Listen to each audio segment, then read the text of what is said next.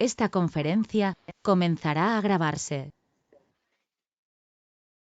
Bien, pues buenas tardes nuevamente a todos. Les habla el ingeniero Salvador Melgoza Belmonte, actual presidente del Colegio de Ingenieros Mecánicos, Electricistas, Electrónicos y Profesiones Afines del Estado de Querétaro.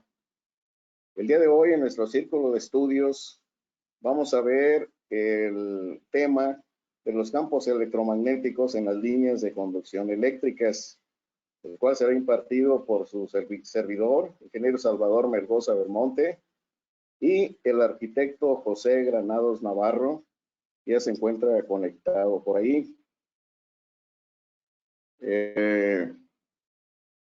Bueno, mi currículum, voy a leer algunas cosas para no llevarnos mucho tiempo. Solamente les voy a comentar que soy ingeniero en comunicaciones y electrónica, egresado de la Escuela Superior de Ingeniería Mecánica y Eléctrica, o sea, la ESIME del Instituto Politécnico Nacional. Trabajé durante 31 años en Teléfonos de México, desempeñando diversos puestos y actividades en dicha empresa. Siempre en la parte técnica. Por ejemplo, trabajé en la evaluación técnica de las centrales telefónicas digitales, la creación del centro de software, el desarrollo de servicio 800 nacional, la creación de un simulador de centrales digitales AXE, para que el personal sindicalizado pudiera hacer sus prácticas en una PC y no usar la central de pruebas para eso. También la prueba de paquetes de software de las centrales digitales en las centrales de pruebas instaladas. Y pues en general participé en la puesta en servicio de la infraestructura de equipos para la compañía. Y me jubilé de la empresa en el año 2007. Para desarrollar esas actividades, pues tomé muchos cursos internos y externos, tanto administrativos como técnicos, destacando pues la capacitación y entrenamiento en el trabajo en centrales telefónicas digitales por 2 años en Estocolmo, Suecia, desarrollando la producción de software para 13 diferentes países. En el 2011 formé parte de un grupo de trabajo de la COFETEL, en ese entonces así se llamaba, hoy es el IFETEL, donde se revisaron y actualizaron los procedimientos de evaluación de la conformidad de los equipos de telecomunicaciones.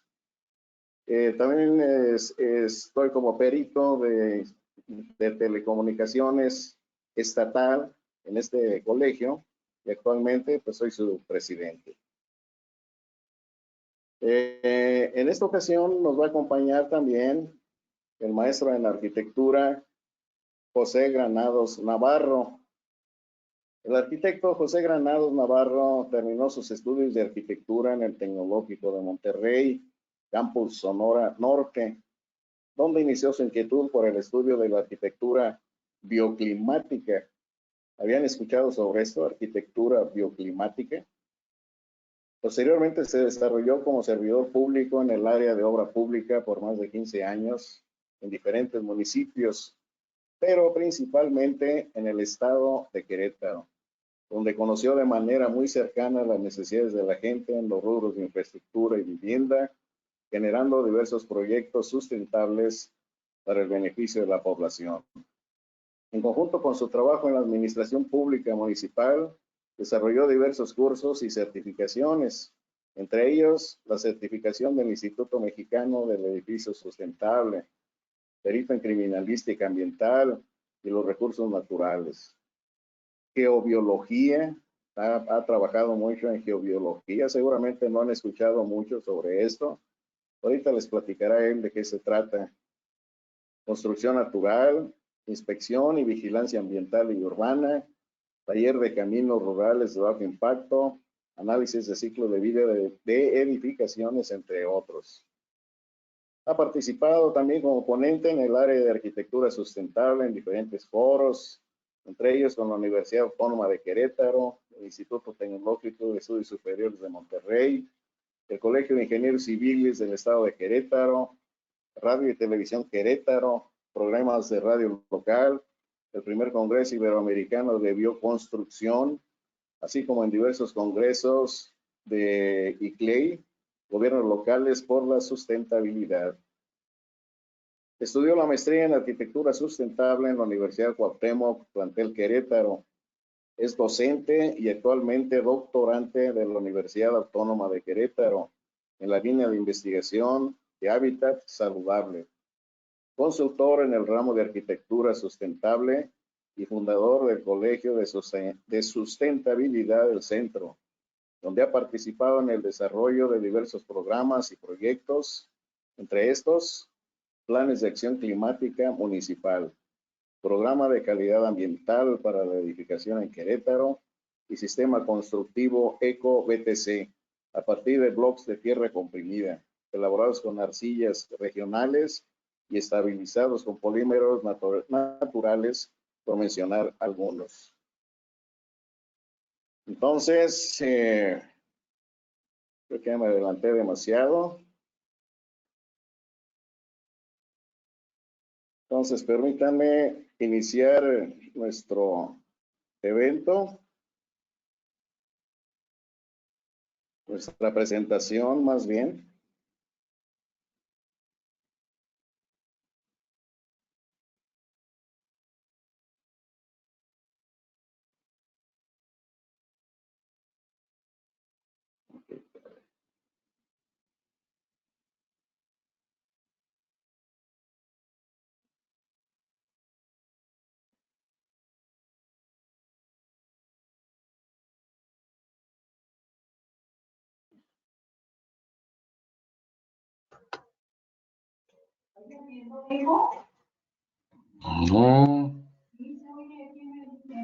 Bien, creo que ya estamos listos.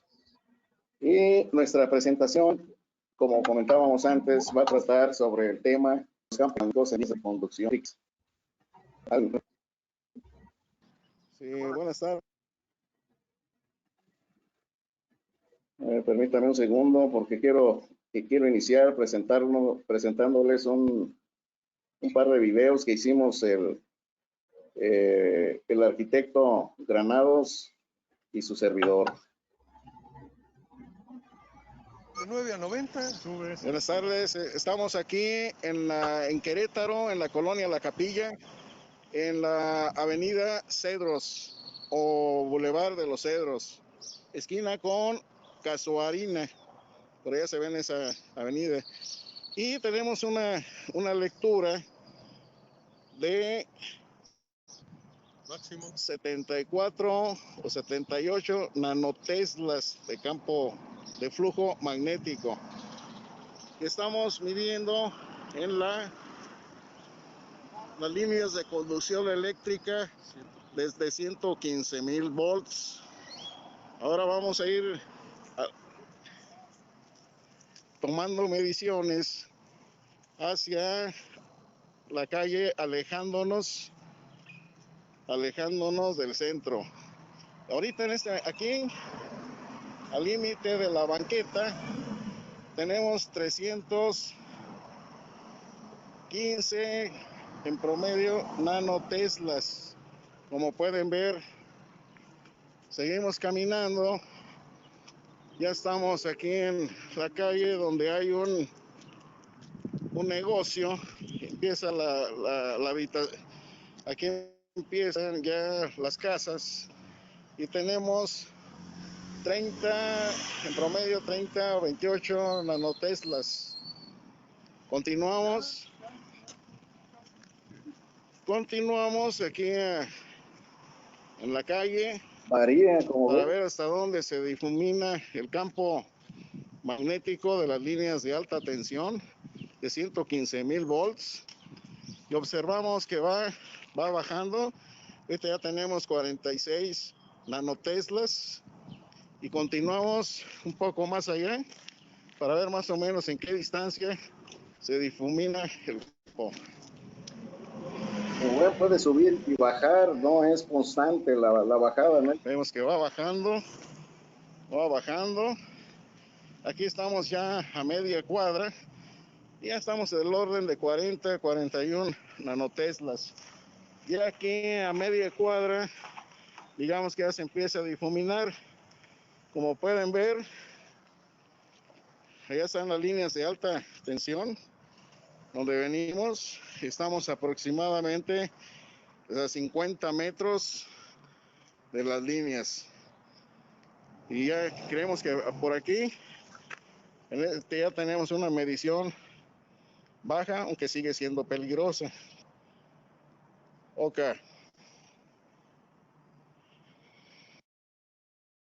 Eso fue lo que respecta al campo magnético. Buenas tardes, estamos aquí en Querétaro, en la colonia La Capilla, en la avenida Cedros o Boulevard de los Cedros, esquina con Casuarina.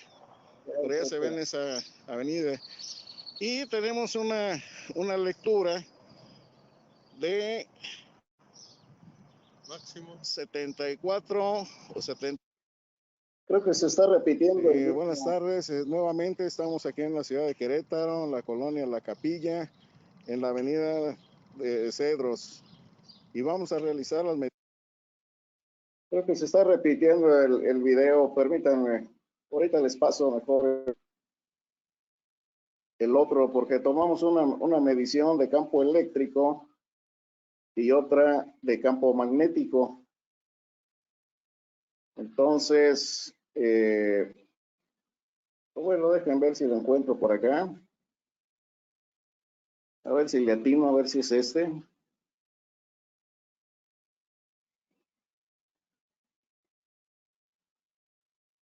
De 9 a 90. Buenas tardes, estamos aquí en Querétaro, en la colonia La Capilla, en la avenida Cedros o Boulevard de los Cedros, esquina con Casuarina. Perdón, creo que me volví a equivocar. Disculpen. Entonces debe ser el otro.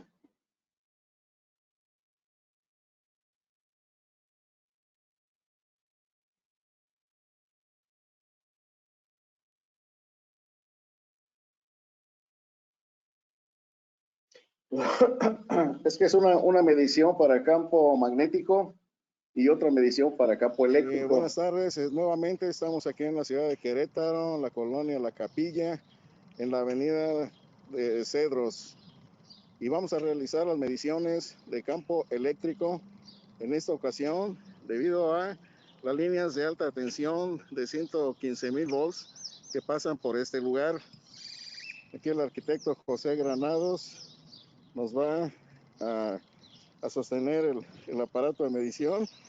E iniciamos ahorita aquí abajo de las líneas, como pueden ver, abajo de las líneas tenemos, ¿cuánto? 84 volts metro. 85 volts por metro. Ahora vamos a continuar. Muy bajo, ¿verdad? Hacia la calle. Abajo de las líneas. Vamos alejándonos del centro de las líneas de alta tensión. Vemos que aquí ahorita ya tenemos 304, en promedio 400 volts por metro de campo eléctrico. Vamos a continuar. Como ven aquí, pasando la calle, bueno, aquí en el límite de la banqueta tenemos 650 más o menos volts por metro. Continuamos al otro lado de la banqueta. Aquí tenemos un negocio y tenemos aquí del otro lado 100, más o menos 100 volts por metro. Continuamos nuevamente por toda la calle y vamos viendo cómo va bajando. Aquí baja aceleradamente, a diferencia del campo magnético que vimos que era muy lento. Aquí ya estamos como a unos 5 metros, del esquina, y ya tenemos una medición de 0 volts por metro. Entonces el campo eléctrico se difumina de una manera más rápida. Ok. Estos pueden ver las líneas eléctricas. Vamos a tomar este poste que está más ilustrativo. Ahí se ve. Son líneas eléctricas de alta tensión que llevan 115,000 volts. De 9 a 90. Sube. Buenas tardes. Estamos aquí en Querétaro, en la colonia La Capilla, en la... Perdone, aquí ya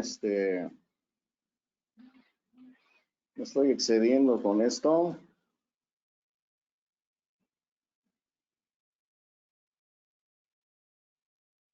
Bien, entonces comentábamos que el tema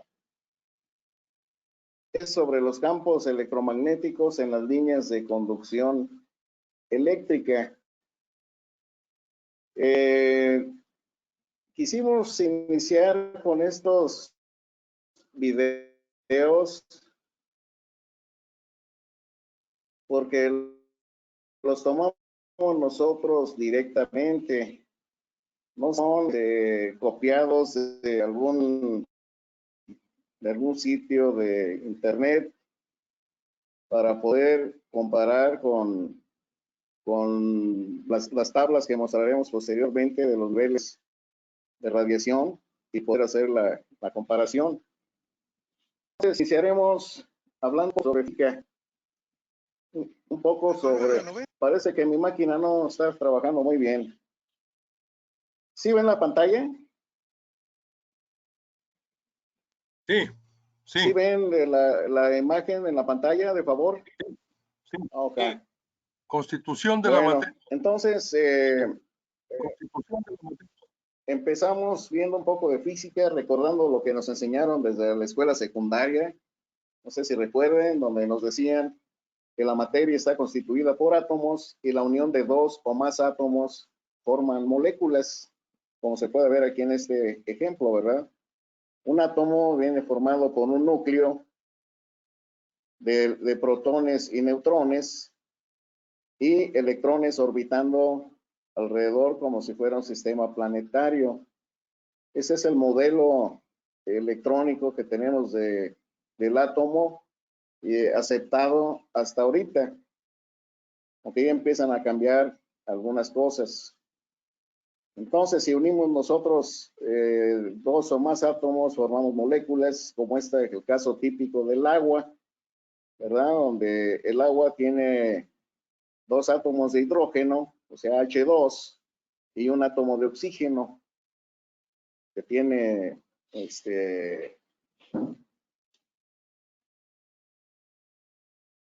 bueno, que se une con el hidrógeno por los electrones libres en la última órbita. Entonces, vamos llegando a lo que es la carga eléctrica. Es una propiedad física intrínseca de algunas partículas subatómicas que se manifiestan mediante fuerzas de atracción y repulsión entre ellas. Todos recordarán, por ejemplo, que los electrones les hemos asignado la carga eléctrica negativa, a los protones la carga eléctrica positiva, y a los neutrones no tienen carga. Entonces, recordando la ley de atracción y repulsión, recuerdan que cargas eléctricas del mismo signo se repelen y cargas opuestas se atraen. Esta es una ley de la naturaleza, ¿verdad? Y resulta que si nosotros tenemos dos o más cargas en un mismo espacio, o compartiendo espacio, pues podemos formar un campo eléctrico precisamente ahí, ¿verdad? Como en este caso, donde estamos viendo que tenemos dos cargas, que las cuales tienen líneas de fuerza, de atracción o repulsión, formando ese campo eléctrico entre las mismas. Si se fijan, pues da una semejanza como si fuera un imán con sus líneas de fuerza, pero en este caso son líneas de fuerza eléctricas. La electricidad estática, pues para no confundirla, es la acumulación de carga eléctrica en una zona. Y nosotros sabemos que la descarga electrostática, pues es la chispa que se produce cuando el exceso de carga es neutralizado por un flujo de cargas desde el entorno al objeto cargado o desde este hacia su entorno, como es el caso de un rayo, ¿verdad? Donde existe una polaridad de cargas en las nubes y una polaridad opuesta en la Tierra, y llegado el momento, pues se neutralizan mutuamente, atrayéndose, ¿verdad? Produciéndose esa descarga.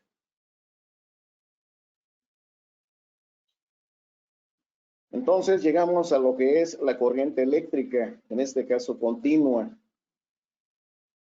La corriente eléctrica o intensidad eléctrica es el flujo de carga eléctrica por unidad de tiempo que recorre un material.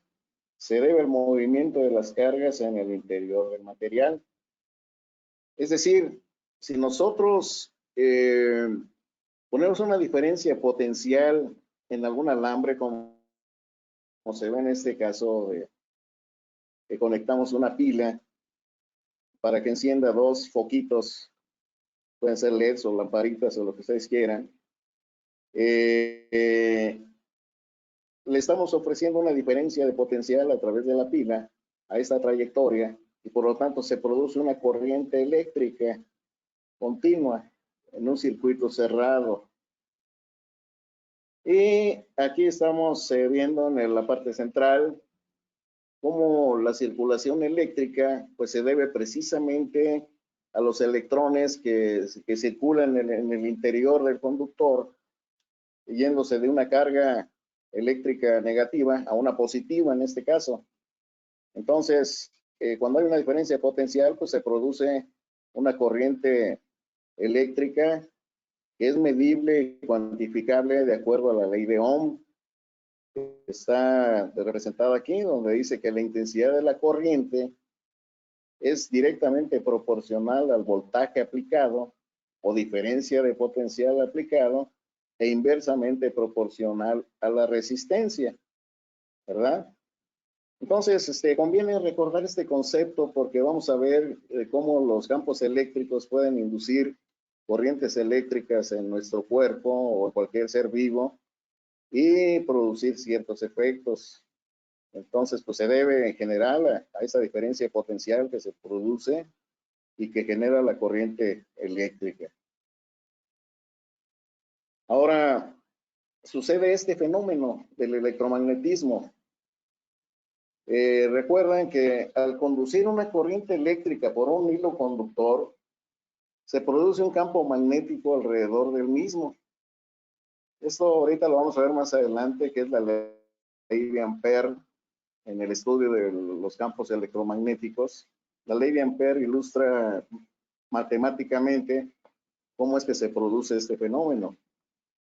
Pero aquí lo podemos ver, ¿verdad? Por ejemplo, una corriente eléctrica, aquí se adoptó convencionalmente que va de positivo a negativo, eso no importa, y que esa corriente eléctrica produce un campo magnético estático en este caso porque es una corriente directa, no varía con el tiempo, pero ahí está ese campo magnético, que de acuerdo con la regla de la mano derecha, el sentido del flujo del campo está como se muestra ahí, ¿verdad? Ahorita vamos a ver cómo es la regla de la mano derecha. Yo no sé si me vean en la cámara, yo no me veo, pero si ustedes ponen el pulgar en la dirección de la corriente, los dedos les van a indicar la dirección del flujo del campo magnético. Después, pues alguien observó que si se enrolla este conductor alrededor de un material ferromagnético, pues entonces se convierte en un electroimán, ¿verdad?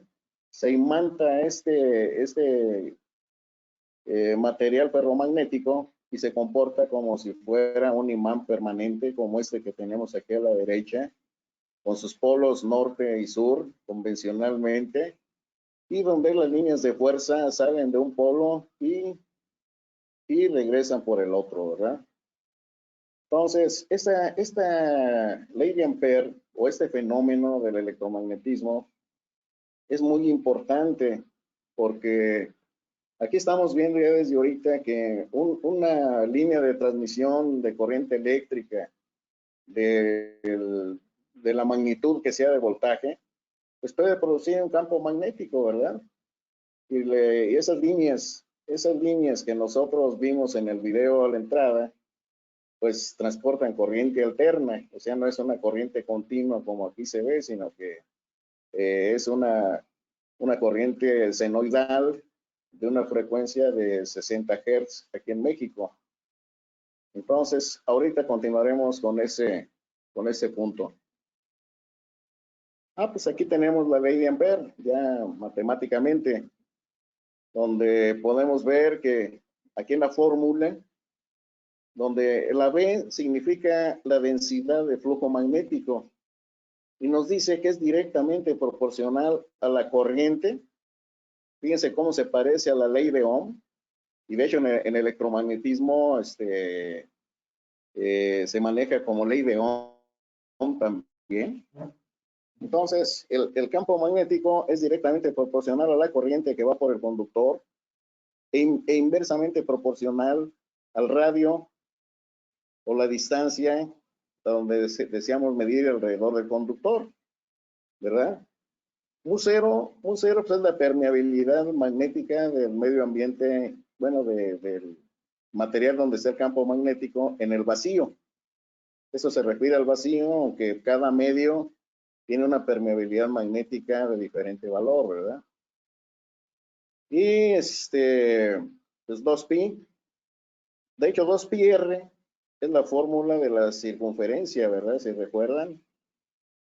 Ustedes quieren saber la longitud de la circunferencia. Esta es 2πr. Así se calcula. Entonces, bueno, aquí esta ley de Ampere significa que cuando circula una corriente por un conductor, se produce un campo magnético. Eso es lo que nos está indicando. Y ese campo magnético puede ser continuo, si es corriente continua la que circula por allí, o puede ser variable, si la corriente que circula por allí es variable, ¿verdad? Y bueno, pues también tenemos el fenómeno de inducción electromagnética, que también se da en estas líneas de transmisión de alta tensión, como lo vamos a ver ahorita, pero que recordarán que si ustedes pasan un conductor cortando las líneas de flujo magnético de un imán, por ejemplo, como se ve aquí en este ejemplo, entonces se va a producir una corriente eléctrica, ¿verdad? Ese es el principio de funcionamiento de los generadores eléctricos de las tecnologías que manejamos actualmente, pero de otra manera. Entonces, al mover un conductor dentro de un campo magnético, se induce una corriente eléctrica en el mismo. También si un campo magnético corta un conductor eléctrico, o sea, lo contrario, también se induce una corriente eléctrica en el mismo. Como se ve aquí en este otro dibujo del lado derecho, donde vemos que si nosotros hacemos circular una corriente por esta bobina que está por aquí, entonces se genera un campo magnético aquí en el material ferromagnético, que es el núcleo, y ese campo magnético atraviesa estos conductores, generando una corriente eléctrica, ¿verdad? La cual se consume en esta carga, en esta resistencia. Entonces, este fenómeno de inducción electromagnética se presenta en nuestro cuerpo. Ahorita lo vamos a ver cuando estemos cercanos a las líneas de alta tensión, que se generan corrientes en nuestro cuerpo, corrientes inducidas, ¿verdad? Mediante este fenómeno de inducción electromagnética. Ahora, vamos a ver también el concepto de onda, porque resulta que estos campos electromagnéticos que estamos hablando, que se producen cuando circula una corriente eléctrica por un conductor, pues se propagan. Esos campos eléctricos se propagan por el medio ambiente a la velocidad de la luz. Son igual que la luz, se propagan a 300,000 kilómetros por segundo. Entonces, una onda, como dice aquí, es una perturbación que se propaga. Como cuando tiramos una piedra en el estanque y que se produce un conjunto de ondas, o sea, una perturbación que está ahí, y vemos nosotros como si se moviera el agua, pero realmente no es el agua la que se transporta. Fíjense bien y verán que solamente se transporta la energía que se produjo al aventar esa piedra en el estanque, como se ve en el ejemplo. Y esta produce ondas que se propagan en el medio ambiente. Y toda onda tiene una longitud de onda, como se muestra aquí en el lado derecho. Una longitud de onda que va desde el punto máximo o mínimo de la onda hasta otro punto mínimo o máximo de la onda donde termina. Y si esta onda se propaga muchas veces por unidad de tiempo, entonces pues eso le llamamos frecuencia, la frecuencia de la onda. O sea, las veces que se repite la onda por unidad de tiempo. ¿Tienen alguna pregunta hasta aquí ahorita?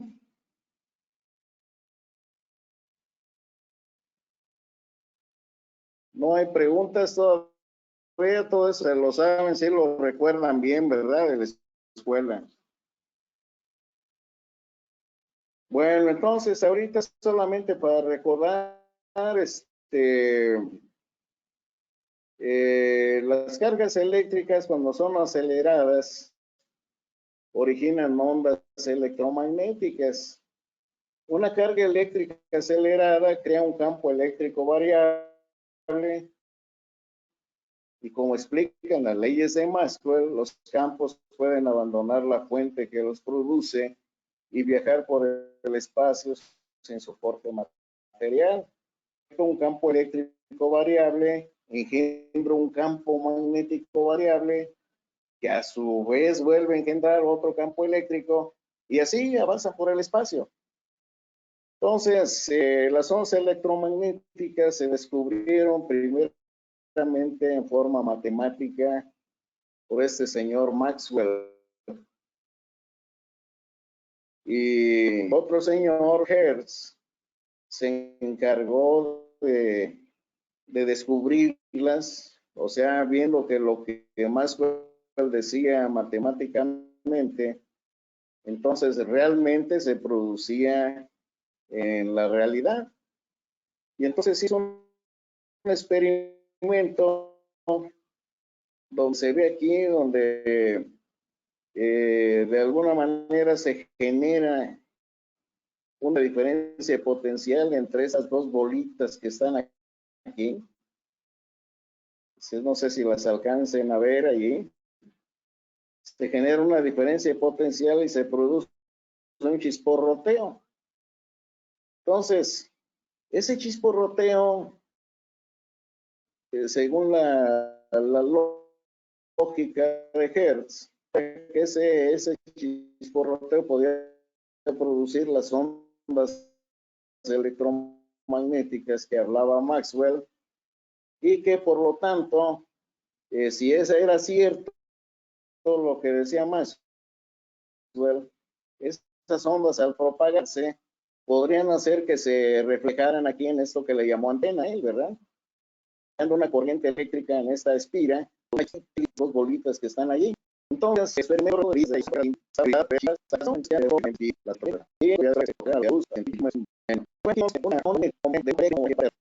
representado por la letra E y un campo magnético. Estamos viendo una onda senoidal, suponiendo que la corriente que circula por el circuito que está generando estas ondas es una onda senoidal. Entonces, los campos eléctricos y magnéticos son senoidales también y se propagan a la velocidad de la luz, ¿verdad? Y se respeta esta fórmula que relaciona a la longitud de onda por la letra lambda y F, que es la frecuencia. sea, la velocidad de la luz es igual a lambda por la frecuencia. De tal manera que si nosotros conocemos la frecuencia de la onda, podemos conocer su longitud de onda fácilmente, ¿verdad? Porque la luz, la velocidad de la luz es constante. Entonces, bueno, pues a través del tiempo se dieron cuenta que pues, realmente había muchas fuentes generadoras de ondas electromagnéticas y digamos que se agruparon aquí en lo que se denomina el espectro electromagnético, donde pues se distribuye la energía, la distribución, bueno, déjenme mejor decir lo que está aquí. Se denomina espectro electromagnético a la distribución energética del conjunto de las ondas electromagnéticas. Es decir, aquí se ven reflejadas desde cero frecuencia hasta máxima frecuencia. Aquí esta onda va reflejando, va indicando que se va aumentando la frecuencia, ¿verdad? Y abajo nos dice que se dividen en radiaciones no ionizantes y radiaciones ionizantes, dependiendo de la frecuencia. Que la onda, acuérdense que transporta energía. La onda transporta energía, entonces entre más frecuencia tenga, más energía tiene. Entonces, las frecuencias extremadamente bajas, como es el caso que nos ocupa ahorita, que vamos a ver, las radiaciones de las líneas de alta tensión, que tienen una frecuencia de 60 Hz aquí en México. Entonces, pues estamos hablando de este rango, ¿verdad? Vamos a estar hablando aquí de las frecuencias extremadamente bajas. Aunque pues tenemos frecuencias muy bajas, las ondas de radio, donde tenemos el AM, FM, etcétera. Y también tenemos el campo de las microondas, donde tenemos, por ejemplo, el horno de microondas, la telefonía celular y todo eso, ¿verdad? Que es del orden ya de gigahertz. Giga quiere decir 10 a la 9, o sea, un 1 con 9 ceros. Megahertz significa un 1 con 6 ceros, o sea que son millones. Y kilo significa 1000, o sea, 1000 hertz. Aquí 1.000.000 de hertz y acá 1000 millones de hertz, ¿verdad? Un giga. Entonces, así vamos distribuyendo la energía de las ondas, donde vamos a llegar a la radiación infrarroja, que ya sabemos que nos quema, ¿verdad? Ya sabemos que el efecto que tenemos de una radiación infrarroja es que nos quema, y eso que todavía no llegamos al espectro de luz visible. Aquí tenemos este rango que tenemos aquí, es el rango que nuestros ojos pueden ver de estas ondas electromagnéticas. Ya posteriormente de este rango visible, ya empezamos a tener las frecuencias ionizantes o radiaciones ionizantes, como dice aquí abajo, donde empezamos con la luz ultravioleta. Ustedes bien saben que los efectos que produce la luz ultravioleta, si nos quedamos un rato al sol, ¿verdad?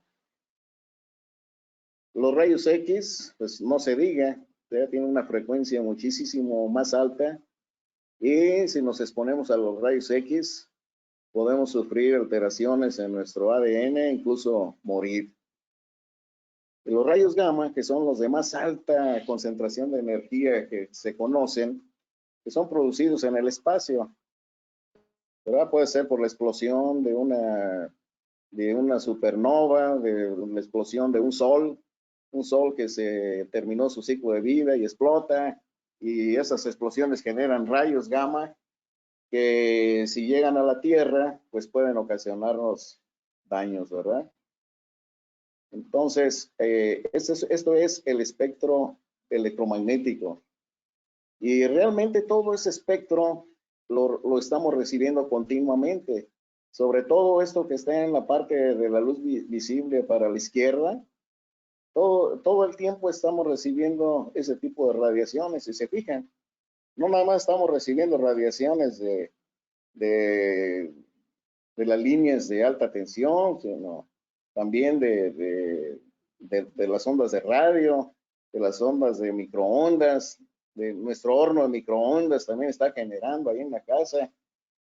Hay muchas fuentes de generación de ondas que nos están bombardeando constantemente. Entonces, bueno, pues aquí quise exponer la diferencia entre una radiación ionizante y una no ionizante. ¿Qué significa eso? Acuérdense que cuando un electrón que está en la última órbita de un átomo brinca hacia otro electrón, dejando un espacio, digo, hacia otra órbita de otro átomo, pues se produce una radiación de tal manera que se convierte en un ion el átomo bombardeado, o el que recibe también ese átomo se convierte también en un ion. En este ejemplo, estamos viendo, por ejemplo, que una radiación X llega a un átomo y empuja un electrón de su órbita, quitándolo, y el cual es atrapado por otro átomo cercano, como sucede precisamente en la generación de la corriente eléctrica.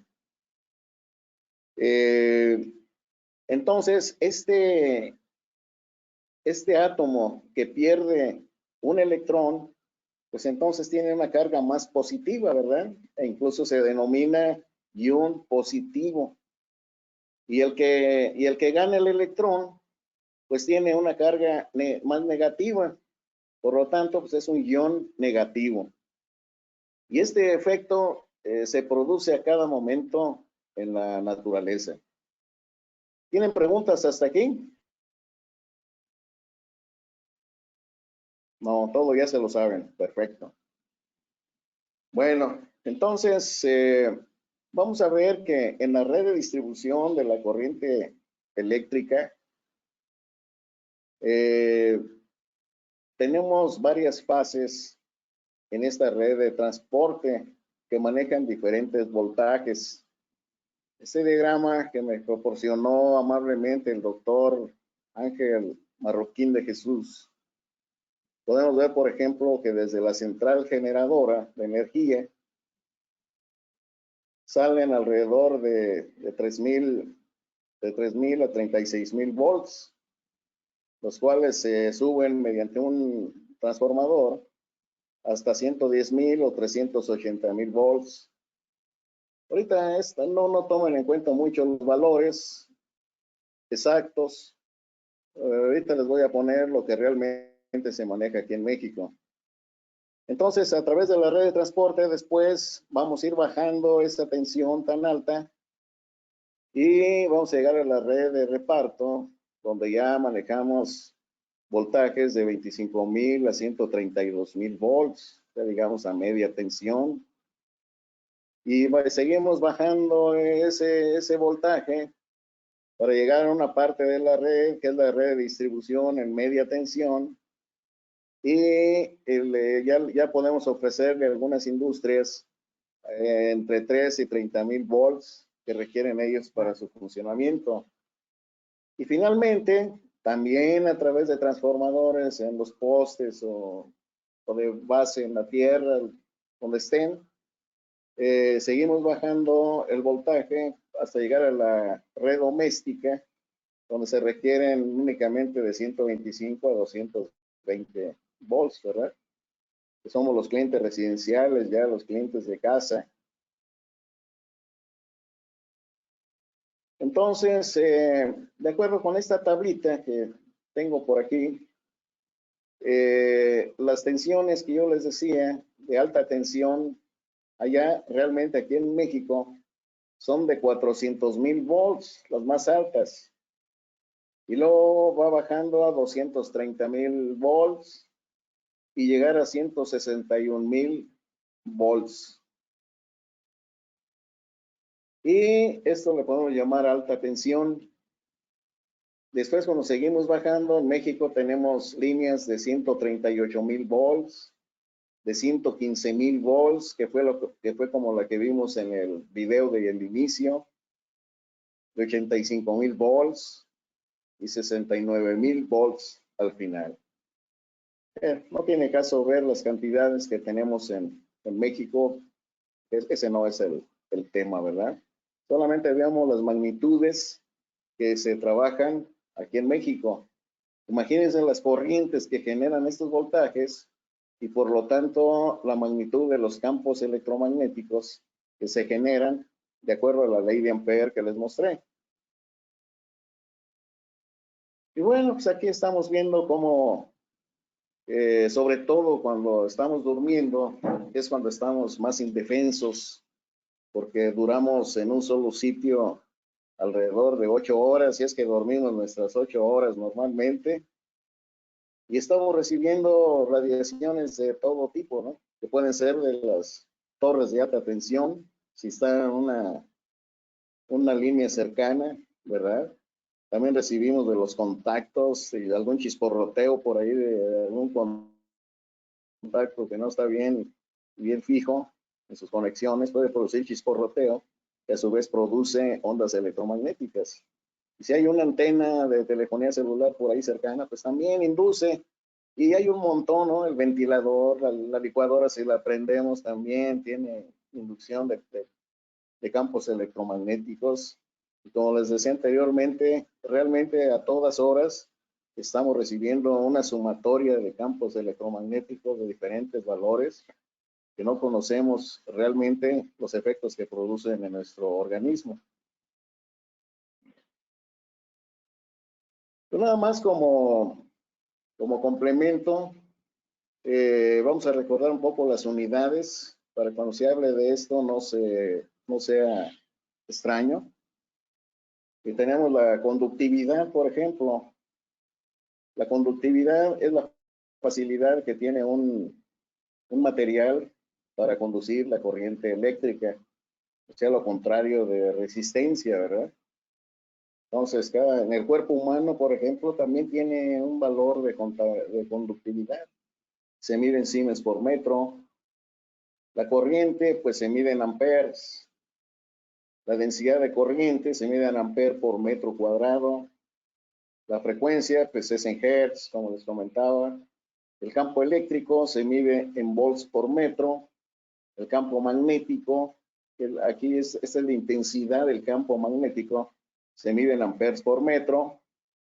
Y la densidad del flujo magnético, que es B, se mide en teslas o microteslas o cualquier submúltiplo de la misma, ¿verdad? La permeabilidad magnética, que es mu, en henrys por metro cuadrado. La permitividad es en farads por metro. La densidad de potencia, que es en watts por metro cuadrado. Y la absorción específica de energía, SA, en joules por kilo. Y la tasa de absorción específica de energía, el SAR, que se le llama, se mide en watts por kilo, Entonces, todas estas unidades se las menciono porque al estudiar los efectos de los campos electromagnéticos, se maneja todo esto en los cálculos. Por ejemplo, bueno, aquí ya les había comentado estas ecuaciones donde el campo magnético, flujo magnético, es igual a la intensidad del campo magnético por su permeabilidad magnética. En fin, también tenemos una impedancia característica del espacio libre, fíjense, que es de 377 ohms. O sea, si nosotros hiciéramos circular una corriente en el aire, pues habría una corriente de 377, perdón, habría una resistencia de 377 ohms, ¿verdad? Y bueno, ahí la voy a dejar para no enredarlos. Entonces, pues poco a poco vamos llegando realmente a lo que nos interesa, de los efectos que producen estos campos electromagnéticos en el cuerpo humano. Y en este caso nos dirigimos a la fuente original, que los primeros que estudiaron esto, que fueron los de la ICNIRP, que es la International Commission on Non-Ionizing Radiation Protection. En español, pues es la Comisión Internacional para la protección de la radiación no ionizante. Está medio largo, pero no se preocupen. Este es un grupo internacional de científicos independiente e interdisciplinario con sede actual en Alemania, creado en 1992 y que trabaja en cooperación con la OMS, o sea, la Organización Mundial de la Salud, teniendo las siguientes funciones. La primera es investigar los peligros que pueden ser asociados con las diferentes formas de radiación no ionizante. Desarrollar recomendaciones internacionales sobre límites de exposición para las radiaciones no ionizantes y en general tratar todos los aspectos de protección contra las radiaciones no ionizantes.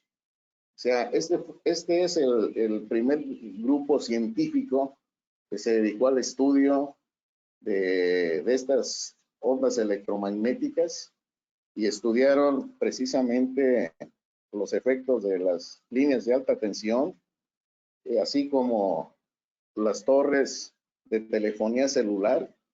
O sea, en toda la gama del espectro electromagnético que les mostré anteriormente. Entonces,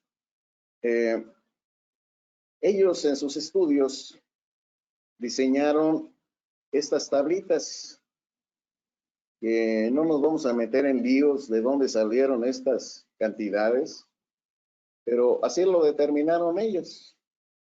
Dice, niveles de referencia para exposición poblacional, campos eléctricos y magnéticos.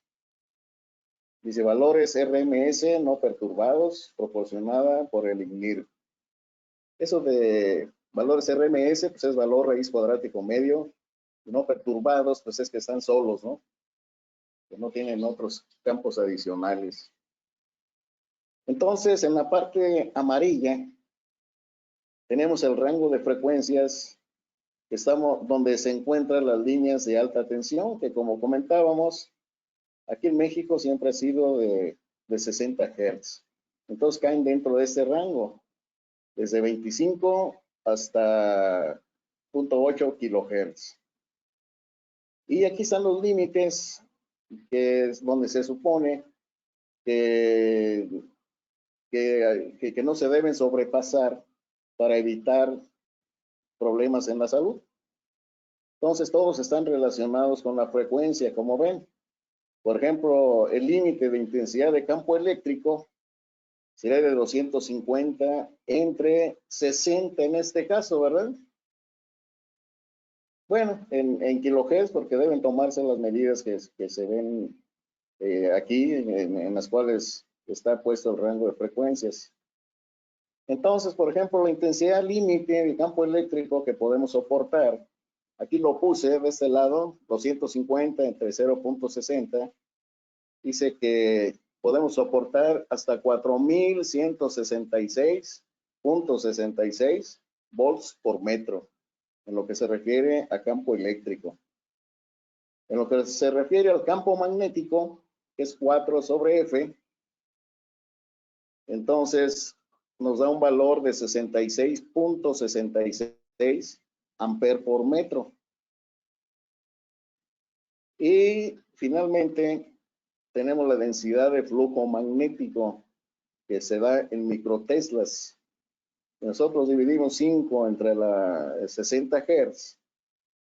Nos da 83.33 microteslas, que es el límite que se supone que podemos aguantar como seres humanos y para no sufrir algún daño por estas ondas, ¿verdad?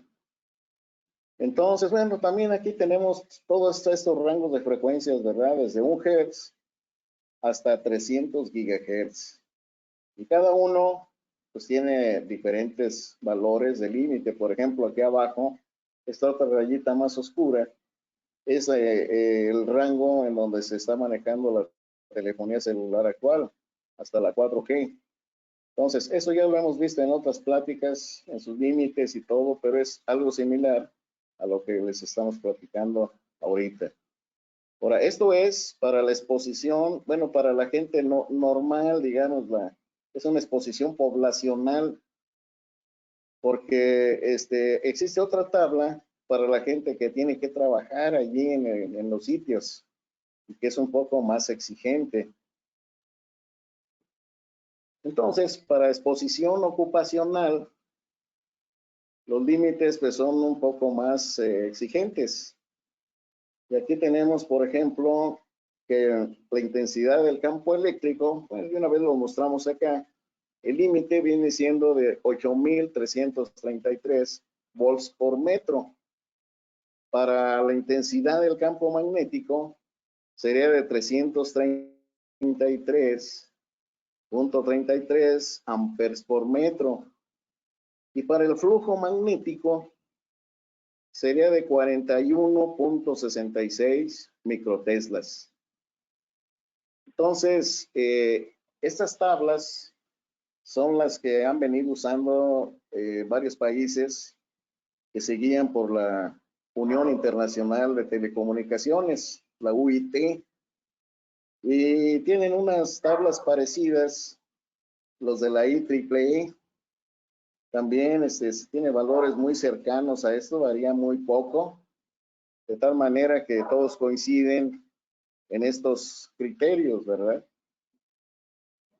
Pero resulta que hay una serie de tablas de este tipo que tienen valores diferentes y hay algunos que son demasiado diferentes.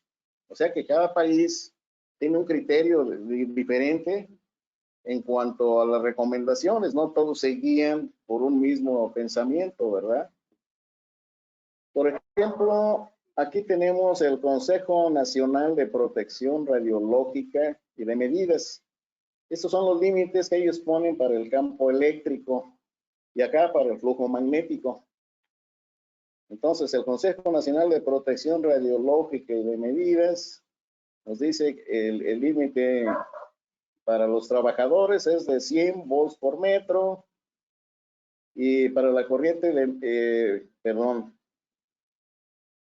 aquí dice el límite de corriente en Alemania y de la recomendación para personas con marcapasos y otros implantes eléctricos. Ok, aquí ya ellos tienen en cuenta los implantes eléctricos y nos piden 1000 volts por metro. Digamos que son dos rengloncitos por cada uno de los organismos que están aquí arriba, ¿no? También está la American Conference of Governmental Industrial Hygienists. Y finalmente la Comisión Internacional de Radiaciones No Ionizantes Protection. La que vimos ahorita está hasta abajo. Aquí está la exposición para trabajadores y la exposición para trabajadores por un máximo de 2 horas según lo sugerido. O sea, son criterios diferentes en cada lugar. No podemos guiarnos por una sola norma. En lo que respecta al campo magnético, pues por ejemplo, en Alemania siguen este valor y lo hacen extensivo para Europa. Dicen que arriba de 10 microteslas ya es peligroso de recibir una radiación. Pero acá la American Conference Governmental Industrial Hygienists, que es el renglón del medio, tienen un valor límite de 100 microteslas. Fíjense que va de 10 microteslas a 100 microteslas. Y otros dicen 500 microteslas y otros 1000 y otros se dan el lujo hasta de 5000. Entonces no hay aquí podemos ver que no hay una uniformidad en los criterios para determinar los límites que podemos soportar de los campos eléctricos y campos magnéticos. ¿Tienen alguna pregunta hasta aquí? ¿No los he aburrido?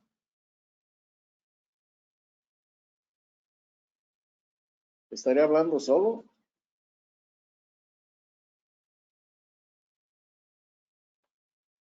¿Sí están allí todos? ¿Sí me escuchan? A ver, hable alguien, por favor, que me siento Sí, solo. correcto, sí, sí estamos por aquí. Muy bien, Ok, gracias. Nos hablaron, ok, ingeniero.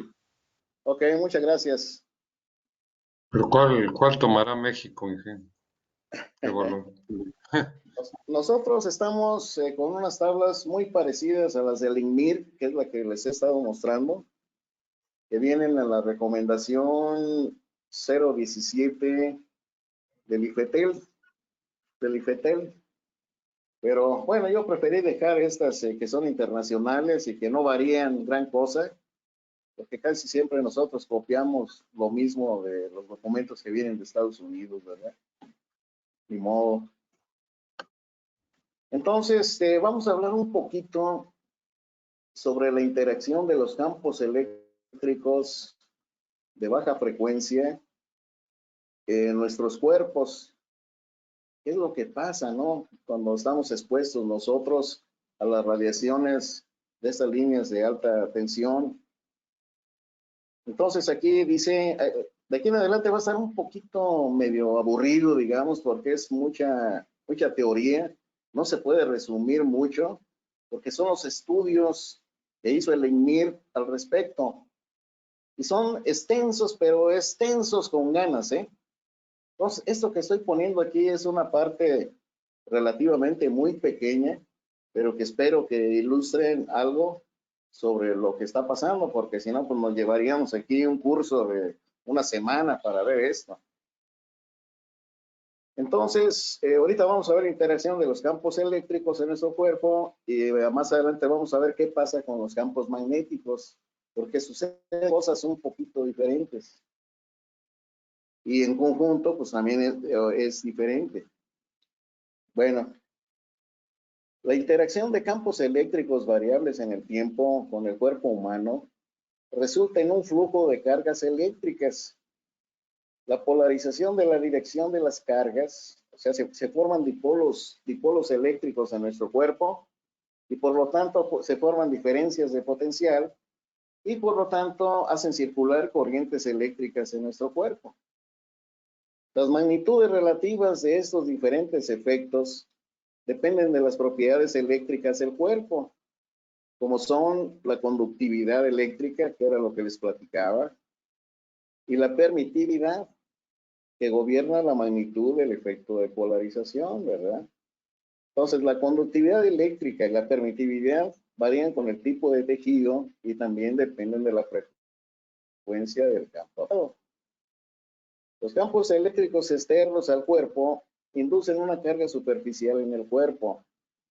Esto produce corrientes inducidas en el cuerpo, la distribución de los cuales depende de las condiciones de exposición, del tamaño y forma del cuerpo y de la posición del cuerpo frente al campo.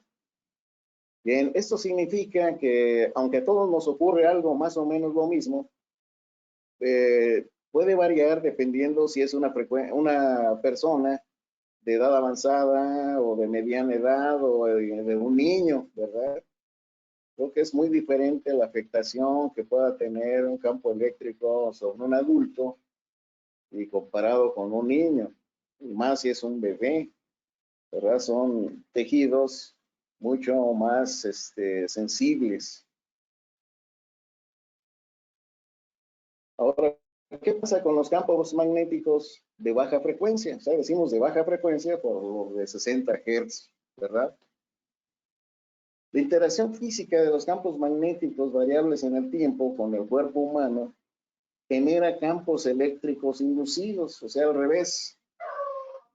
En la diapositiva anterior decíamos que un campo eléctrico crea corrientes eléctricas y aquí los campos magnéticos generan campos eléctricos inducidos y por lo tanto, pues también la circulación de corrientes eléctricas.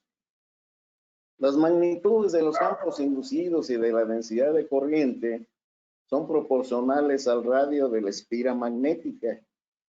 O sea, acuérdense que los campos alrededor de un conductor son circulares, son líneas de flujo circulares alrededor que se pueden extender, no sé, a 40, 50 metros de esas líneas. Y curiosamente, en el centro de las mismas, pues es donde hay más baja intensidad de estos campos, ¿verdad? Bueno, también dependen de la conductividad eléctrica del tejido y la tasa de cambio y la magnitud de la densidad del flujo magnético. Entonces, en general, estamos hablando de que tanto con los campos eléctricos como los campos magnéticos se generan corrientes eléctricas inducidas en nuestro cuerpo, que ahorita vamos a ver qué es lo que puede pasar. Y bueno, ya con campos de mayor frecuencia, como son la telefonía celular o los radios de microondas, pues ya digamos que varía un poco, aquí ya se empiezan a ver otro tipo de efectos que ya platicamos en el caso de la plática de la telefonía celular y 5G. Aquí ya nos medimos por la densidad de potencia, por el SAR, o sea, todo ese tipo de conceptos ya nos indican otro tipo de absorción de energía y que producen efectos de un poquitín diferentes, pero en general conducen al calentamiento o elevación de temperatura de nuestro cuerpo. También hay otros mecanismos de acoplamiento indirecto con los campos. También se llama la interacción con los campos acoplamiento. Entonces, una interacción indirecta puede ser con corrientes de contacto, parecido a lo que pasa con la electricidad estática. O sea, que resulta cuando el cuerpo humano entra en contacto con un objeto a un potencial eléctrico diferente. Por ejemplo, cuando el cuerpo, los objetos están cargados por un campo electromagnético. El acoplamiento de los campos electromagnéticos de dispositivos médicos adheridos o implantados en un individuo no son considerados en este documento. El INIR no se metió a ese detalle, aunque debe haber estudios independientes donde se estudia pues, qué pasa con esos dispositivos médicos.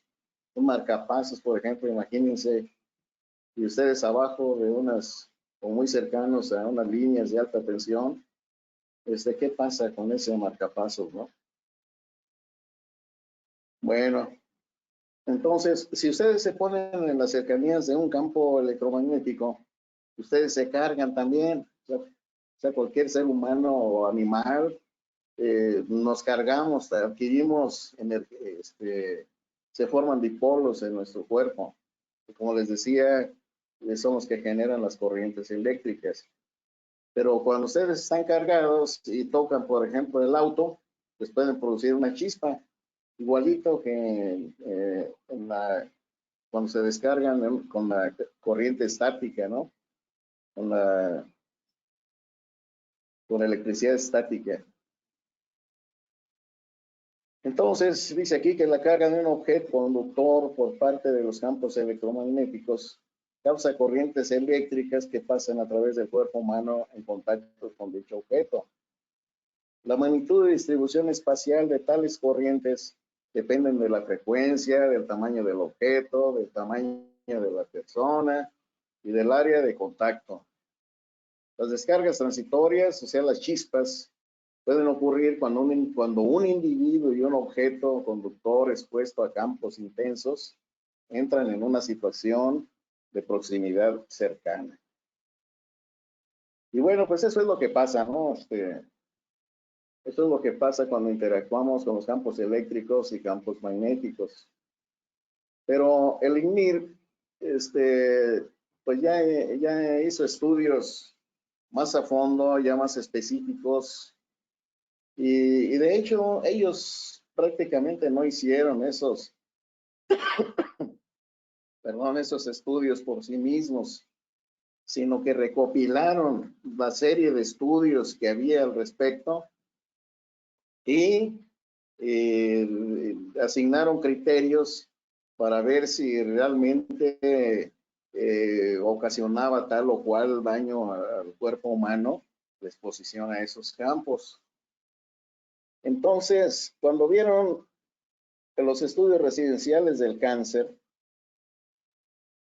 vieron que había una controversia considerable que rodea la posibilidad de una conexión entre la exposición a los campos magnéticos de extremadamente baja frecuencia, quiere decir ELF, y un elevado riesgo de cáncer. Varios informes acerca de este tema han aparecido, aparte del reporte original de Wertheimer y Lepper, en el cual se estableció una asociación entre la mortalidad por cáncer en niños y la proximidad de los hogares a líneas de distribución de potencia con alta configuración de corriente. La hipótesis básica que emergió del estudio original era que la contribución a los campos magnéticos residenciales ambientales de 50 a 60 Hz por parte de fuentes externas, tales como líneas de potencia, podría estar ligada a un riesgo creciente de cáncer en niños. O sea, los estudios que vieron ellos sugerían que había un riesgo de cáncer, sobre todo en los niños, o sea, la leucemia. Hasta la fecha ha habido más de una docena de estudios sobre cáncer en niños y la exposición a los campos magnéticos en frecuencia de potencia en hogares próximos a líneas de potencia. Estos estudios estimaron la exposición a campos magnéticos mediante mediciones de corta duración o en base a la distancia entre el hogar y las líneas de potencia, y en la mayoría de los casos, la configuración de línea. Algunos estudios también tomaron en cuenta la carga de la línea. Los resultados referentes a leucemia son los más consistentes. Más de 3 estudios, todos menos 5, señalaron estimaciones de riesgo relativo de entre 1.5 y 3.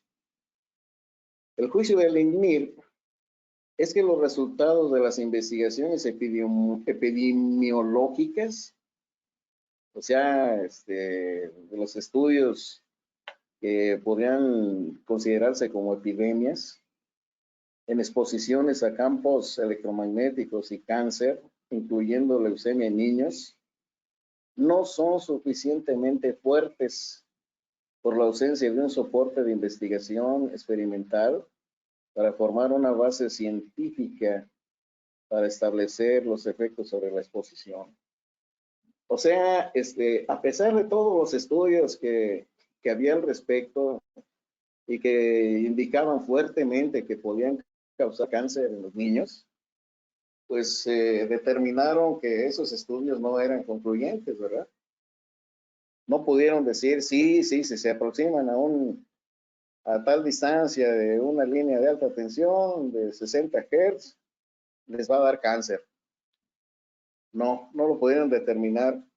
Y sobre todo también porque en los estudios que vieron, pues como dice allí, eran de corta duración, ¿verdad? No era de días de observar a algunas personas que están expuestas de días, como sucede los que viven a los lados de estas líneas, ¿no? Que todo el tiempo están allí.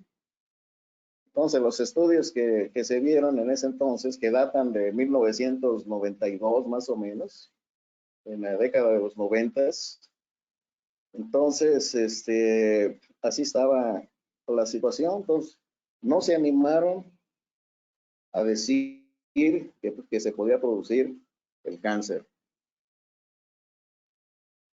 Ahora, ¿qué pasa con la gente que trabaja en las líneas de alta tensión? La gente, de aquí le llaman estudios ocupacionales.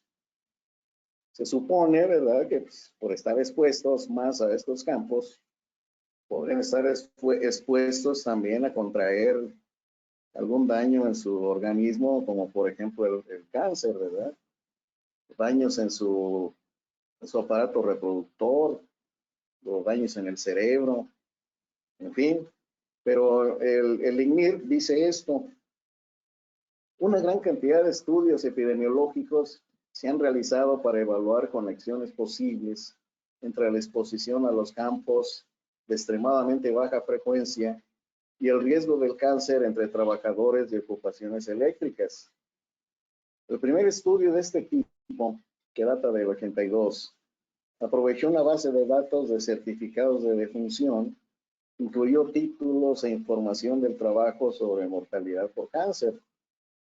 Como método grueso de evaluar la exposición, Milham clasificó los títulos del trabajo según la exposición presumida del campo magnético y encontró exceso de riesgo para la leucemia entre trabajadores eléctricos. Un estudio subsecuente, del 94, hizo uso de bases de datos similares. Los tipos de cáncer para los cuales las tasas se elevaron variaron a través de estudios, particularmente cuando se caracterizaron subtipos de cáncer. Incrementos de riesgo de varios tipos de leucemia y de tumores del tejido nervioso, y en algunos pocos casos, cáncer de pecho masculino y femenino fueron reportados. Bueno, esos estudios produjeron resultados inconsistentes. Otra vez, no fueron suficientes para el criterio de los científicos del INMIR de que ofrecían conclusiones consistentes, ¿verdad? Y además aproximaban en forma muy gruesa la evaluación de la exposición. También fallaron en controlar ciertos factores de confusión, tales como la exposición a solventes de benceno en el lugar de trabajo. O sea, hay que recordar que puede ocasionar cáncer, es otro tipo de cosas también, ¿no? Cuestiones químicas, inhalar algún gas, no sé, también son fuentes que pueden originar cáncer. Como el benceno, yo me acuerdo que el benceno en los autos que se calientan al sol, que respiramos sin abrir las ventanas, es algo que nos puede ocasionar cáncer. Entonces, para poder decir con seguridad que lo que ocasionó el cáncer en los trabajadores fueron los campos electromagnéticos, pues debemos eliminar todas esas otras posibles fuentes que pueden asociarse a eso, ¿verdad? También dicen que una asociación entre la enfermedad del Alzheimer y la exposición ocupacional a los campos magnéticos ha sido sugerida recientemente. Sin embargo, este efecto no se ha confirmado. O sea, no se ha confirmado nada, por lo que entiendo aquí. No se ha confirmado si verdaderamente produce el cáncer en los trabajadores o no, ¿verdad? Ni el Alzheimer tampoco. O sea, desde mi punto de vista muy particular, pues simplemente no se atrevieron a decir nada por otros factores que no podemos platicar aquí, ¿verdad? Bueno, también hicieron estudios de laboratorio en voluntarios. Entonces, ahí, que en un ambiente más controlado, determinaron lo que sigue, ¿verdad? La exposición a un campo eléctrico variable en el tiempo puede dar lugar a la percepción del campo como un resultado de la carga eléctrica alterna inducida en la superficie del cuerpo, el cual causa que los vellos del cuerpo vibren. Varios estudios han mostrado que la mayoría de la gente puede percibir campos eléctricos de 50 a 60 Hz mayores que 20,000 volts por metro, y que una pequeña minoría puede percibir campos por debajo de los 5,000 volts por metro. Entonces, pequeños cambios en la función cardíaca ocurrieron en los humanos voluntarios expuestos a campos eléctricos y magnéticos combinados de 60 Hz. El ritmo cardíaco de descanso estaba levemente, pero significativamente reducido por 3 a 5 latidos por minuto. O sea, se observaron efectos en el ritmo del corazón, ¿verdad? Esto ya es algo Interesante. Durante o inmediatamente después de la exposición. Esta respuesta estaba ausente en contacto con campos más fuertes, ya de 12,000 volts por metro o 30 microteslas. Bueno, y reducida si el sujeto estaba mentalmente alerta. Ninguno de los sujetos en estos estudios podían detectar la presencia de los campos y no hubo resultados consistentes en una batería de pruebas sensoriales y perceptivas. Otra vez la palabra o la frase, no hubo resultados consistentes. O sea, estudiaron varios estudios que se habían hecho en su momento y no encontraron consistencia en ellos.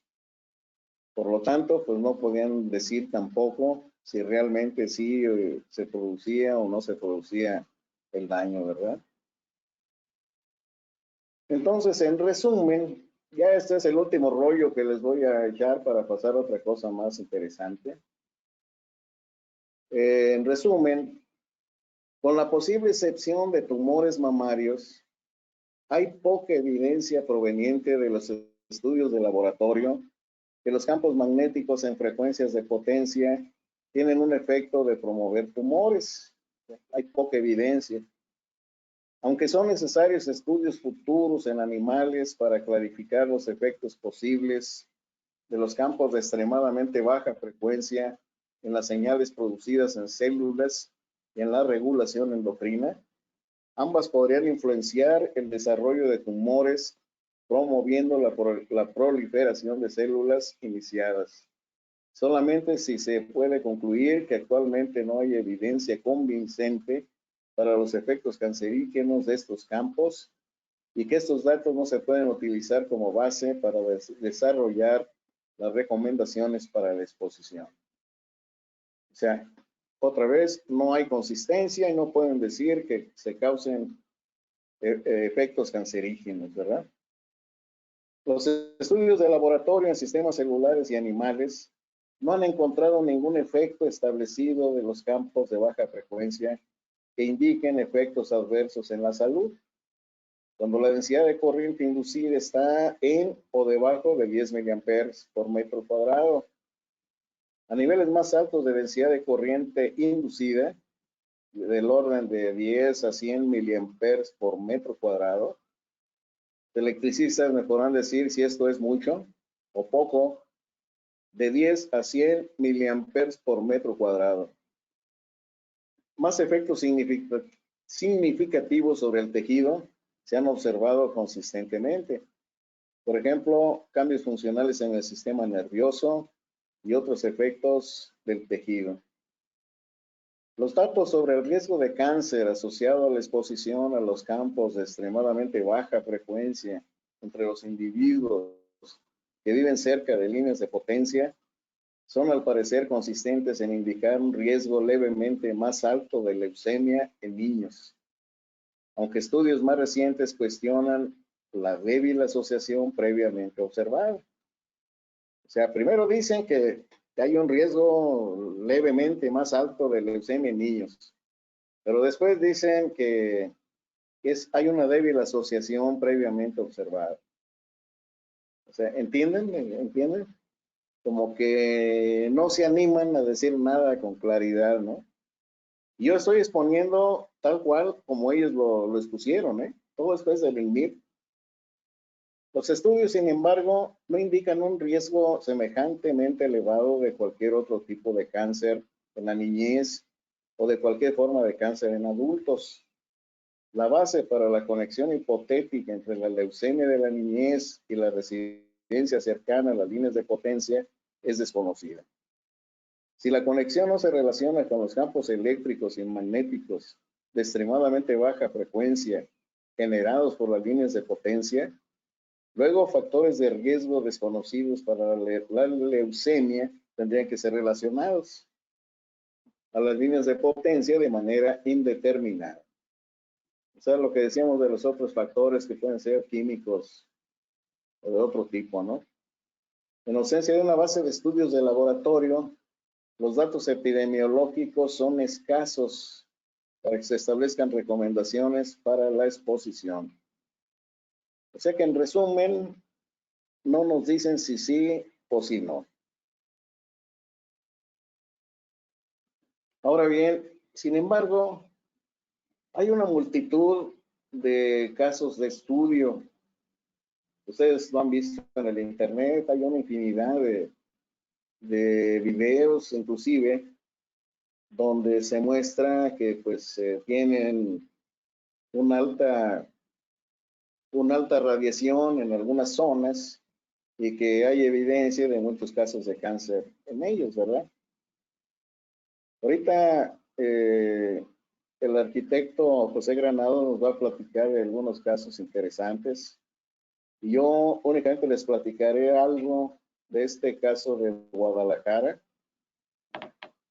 Un estudio que hizo hicieron entre 3 hospitales en Guadalajara y varios doctores que trabajaban allí. Y hicieron un estudio sobre la detección de leucemia en los niños, ahí en el área de Guadalajara. Porque tuvieron, por decir algo, aquí en este mapa, no sé si alcancen a ver, que es el área de Guadalajara. Incluye San Pedro Tlaquepaque, Tlacomulco de Zúñiga, El Salto, Tonalá, Zapopan, por acá. En toda el área de Guadalajara, como ven estos puntitos rojos, son casos de leucemia. Este estudio lo hicieron allí en el 2010, del 2010 al 2014. Y en esta liga que les estoy poniendo aquí, no sé si la quieran anotar para que la consulten en internet, pueden ver el estudio completo de lo que pasó en este caso específico de Guadalajara, que está muy interesante, porque se aplicaron técnicas estadísticas muy precisas para determinar los puntos que pudieran estar relacionados. Aquí lo pueden consultar. Ahorita solamente les voy a mostrar la siguiente lámina, donde se pueden observar que se formaron grupitos, ellos le llaman clústeres de alta incidencia, ¿verdad? Por ejemplo, en este caso, como ven esta zona de Guadalajara, se ven esos puntitos rojos, pues es donde obtuvieron una correlación estadística más interesante, indicando que todos estos casos tuvieron una misma causa. Ya después, al ver ustedes el estudio, verán que por aquí hay líneas de alta tensión y todo ese tipo de cosas, ¿no? También tenemos este clúster de los puntos azules, aquí en esta área, donde se ve que pues también todos esos casos están correlacionados, ¿verdad? Entonces, está muy interesante este estudio, pero si nos ponemos a hablar de él y lo desmenuzamos, nos vamos a llevar aquí fácil un par de horas. Entonces, por eso les puse la liga para que lo puedan observar ahí. Ahora, si me lo permiten, le voy a pasar los controles al arquitecto José Granados para que nos platique un poco de las experiencias que él ha tenido en sus mediciones y pruebas que ha estado haciendo en el campo y puedan correlacionarlo todo de una manera más efectiva, ¿no? A ver, vamos a ver, Salvador Moreno. Aquí está José Granados. ¿Estás listo, José?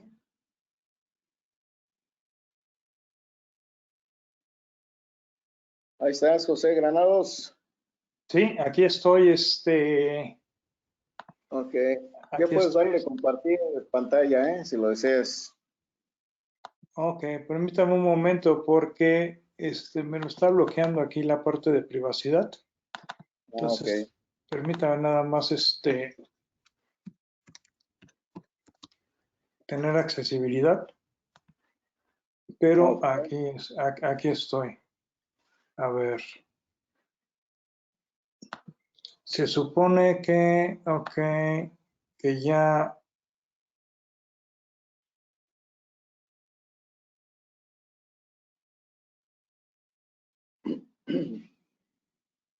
¿No tienen preguntas hasta ahorita? Aprovechando un poco el tiempo. A ver. Hola, hola, ¿se escucha bien? Sí, sí, Pepe, adelante. Excelente, muchas gracias. Voy a ver nada más si me puede comentar dónde puedo compartir la pantalla, que no la encuentro aquí, pantalla.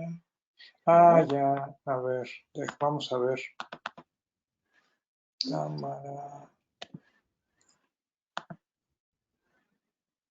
Sí, debe ser una pantallita que está cruzada. Ajá, ahí le doy, ¿verdad? Exacto. No sé si es un clic o doble clic. A ver, inténtale. Nada más que no me da.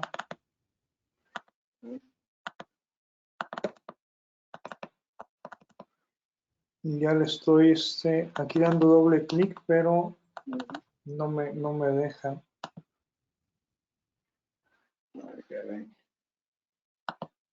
Bueno, mientras tanto, aquí el ingeniero Jorge Ugalde nos dice en el chat que el amoníaco produce cáncer a los trabajadores que continuamente están cerca de este químico, sobre todo con fugas.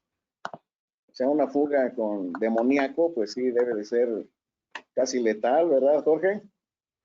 No fui yo el que preguntó, chava. No, entonces otro Jorge.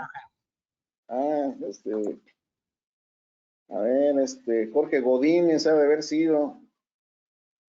Ya se fue.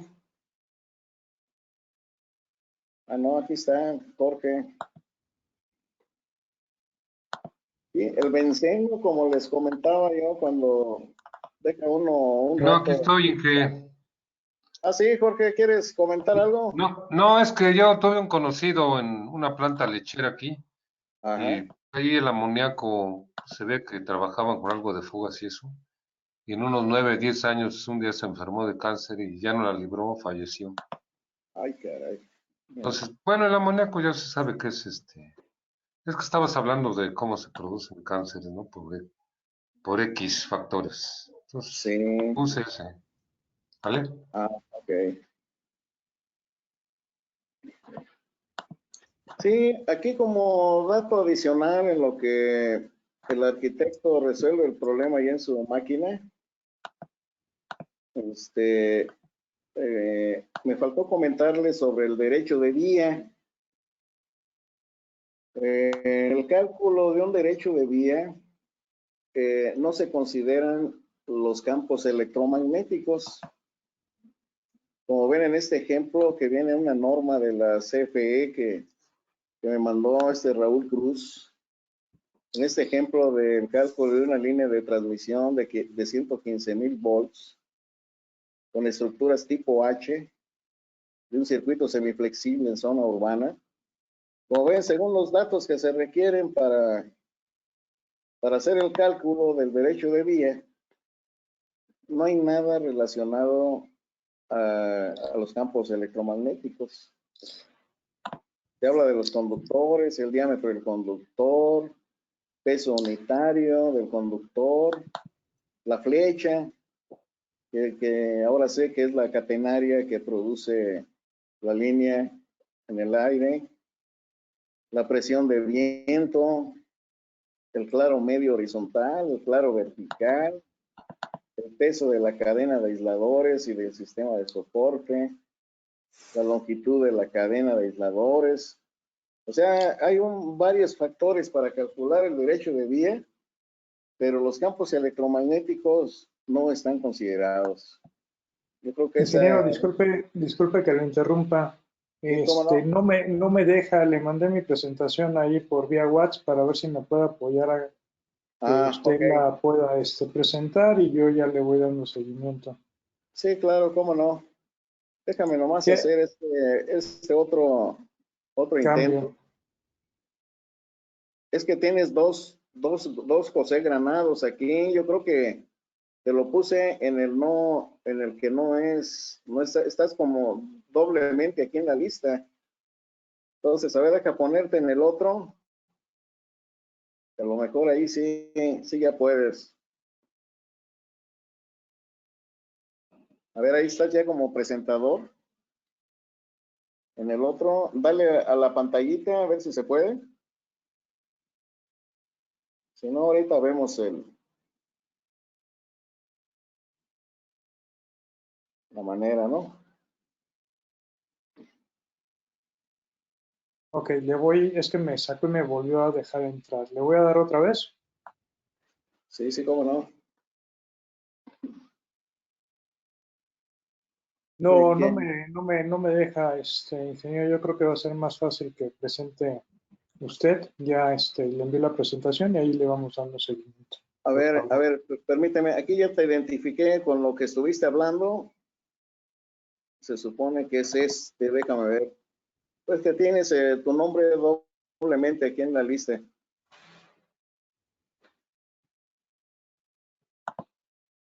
A ver, habla si me haces favor.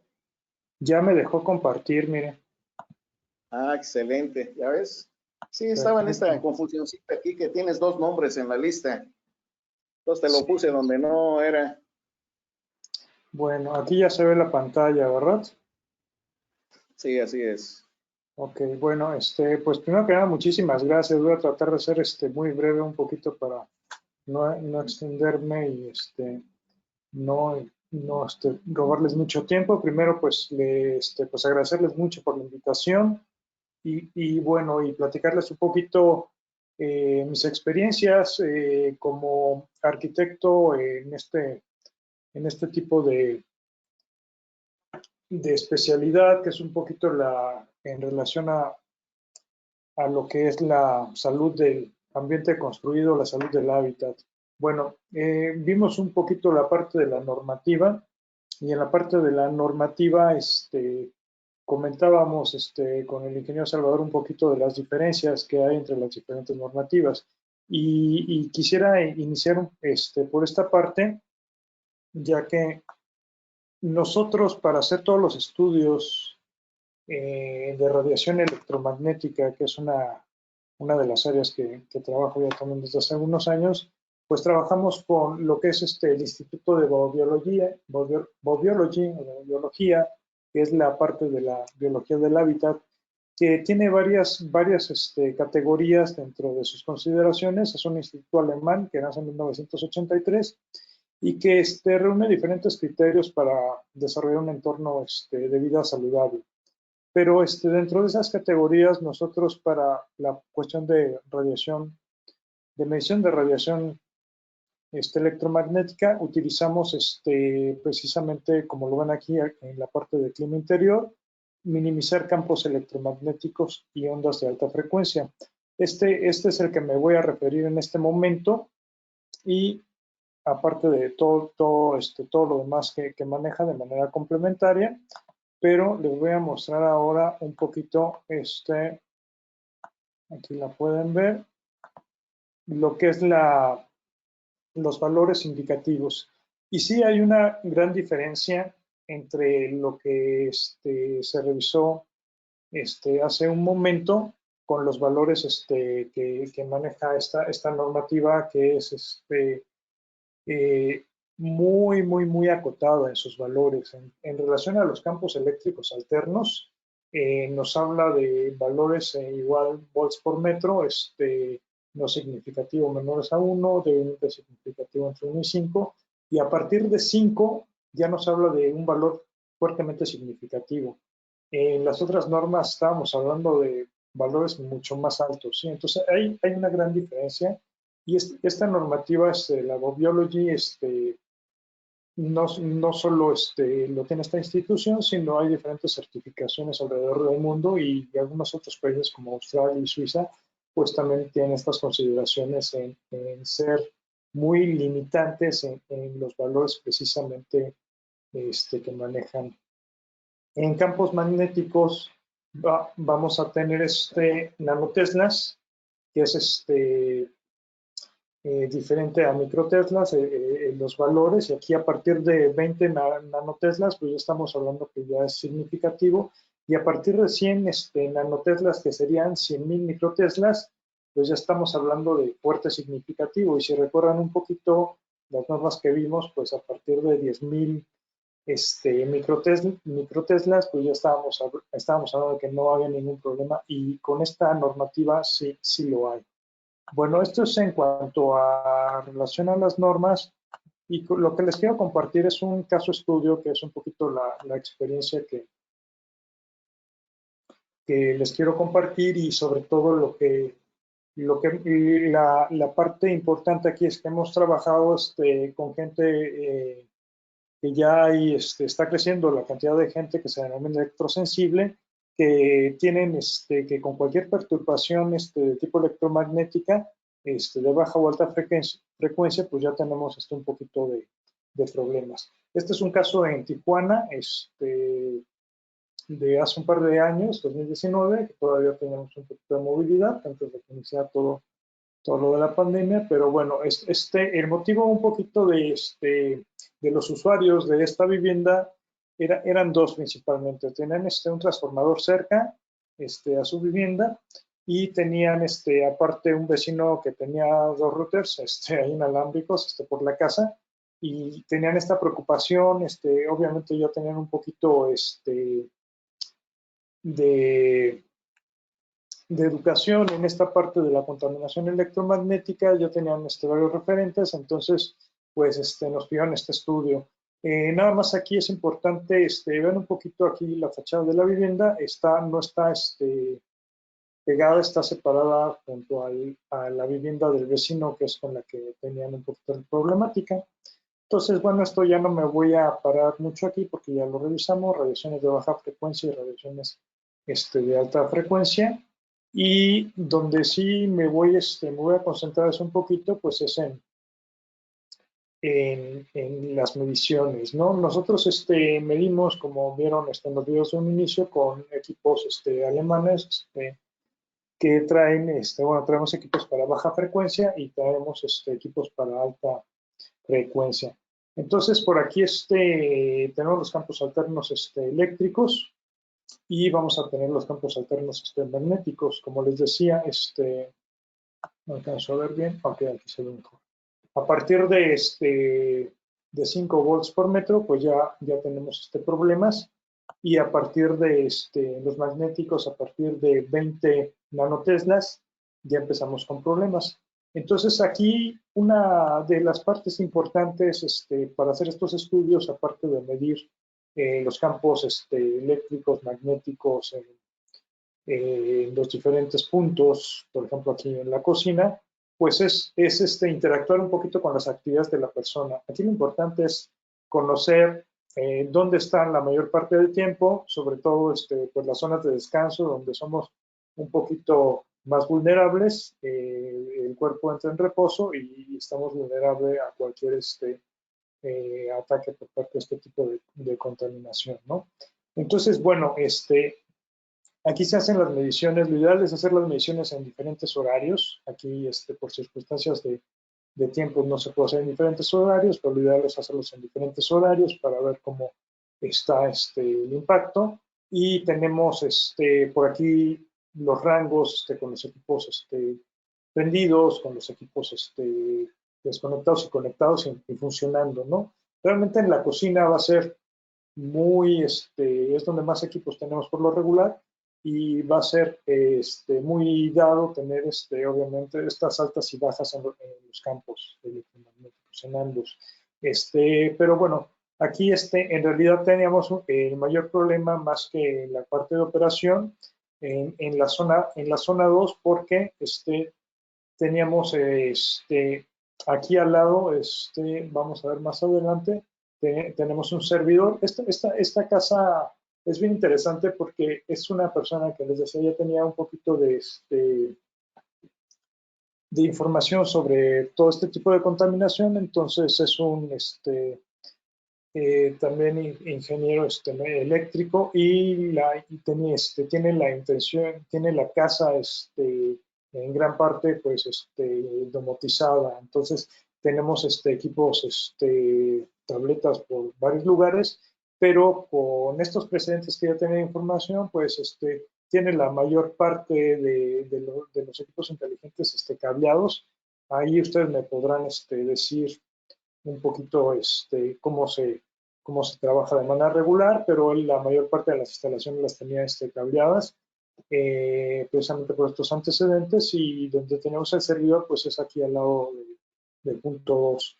Entonces, bueno, las recomendaciones aquí son realmente muy pocas. El campo electromagnético está dentro de un rango no muy alarmante. Obviamente los equipos se usan no de manera constante, entonces no hay mayor alarma. La parte del refrigerador pues no da a ninguna habitación o a ningún elemento donde estemos mucho tiempo. Y bueno, aquí aunque los valores se disparan de manera extrema cuando los equipos están prendidos, no hay mayor problema ya que son periodos muy cortos. Entonces, bueno, la cocina es algo preocupante sobre todo para las amas de casa que pues están mucho tiempo allí, y entonces sí es un lugar que sí, que sí hay que revisar, ¿no? Sin embargo, pues en la zona 1, que es donde realmente está distribuyéndose, pues no, no tiene mayor problema. Aquí la zona 4 por el refrigerador tiene un poquito de carga eléctrica, y en la zona 3 por tenía microondas ahí, si no mal recuerdo, pues tenían un poquito de carga magnética. Y bueno, en la parte de campos de alta frecuencia, de radiaciones electromagnéticas, el problema que teníamos precisamente era lo que les comentaba, ¿no? En la zona 2, donde debido a la cercanía con el servidor, pues teníamos un poquito de problemas, donde posteriormente pues se recomendó el blindaje de esa área para evitar la contaminación, ¿sí? Entonces, en esta zona que realmente no es de mucho uso, pues que esté mucho tiempo ahí, pues es donde tenemos un poquito más de problemas en la cuestión de radiación electromagnética de alta frecuencia. En la consideración de sala y comedor, pues también únicamente donde vamos a tener un problema un poquito más visible, pues es donde está la televisión, y sobre todo cuando está encendida, ¿no? Se dispara un poquito, y también obviamente la parte magnética y la parte eléctrica. Entonces realmente no tenemos rangos alarmantes, porque si está uno viendo desde la zona 3 y 4 de la televisión, pues no tiene mayor problema. No impacta realmente, como lo vieron en los videos, la radiación eléctrica se dispersa muy rápido. Entonces, en el rango de 1 metro, pues ya no tienen este problema, ¿no? Inclusive con el aire acondicionado que tienen aquí en la parte del comedor, tampoco vimos un problema con las mediciones. Y en la cuestión de radiación de alta frecuencia, pues tenemos realmente un rango poco alarmante en todas las zonas. No había problema.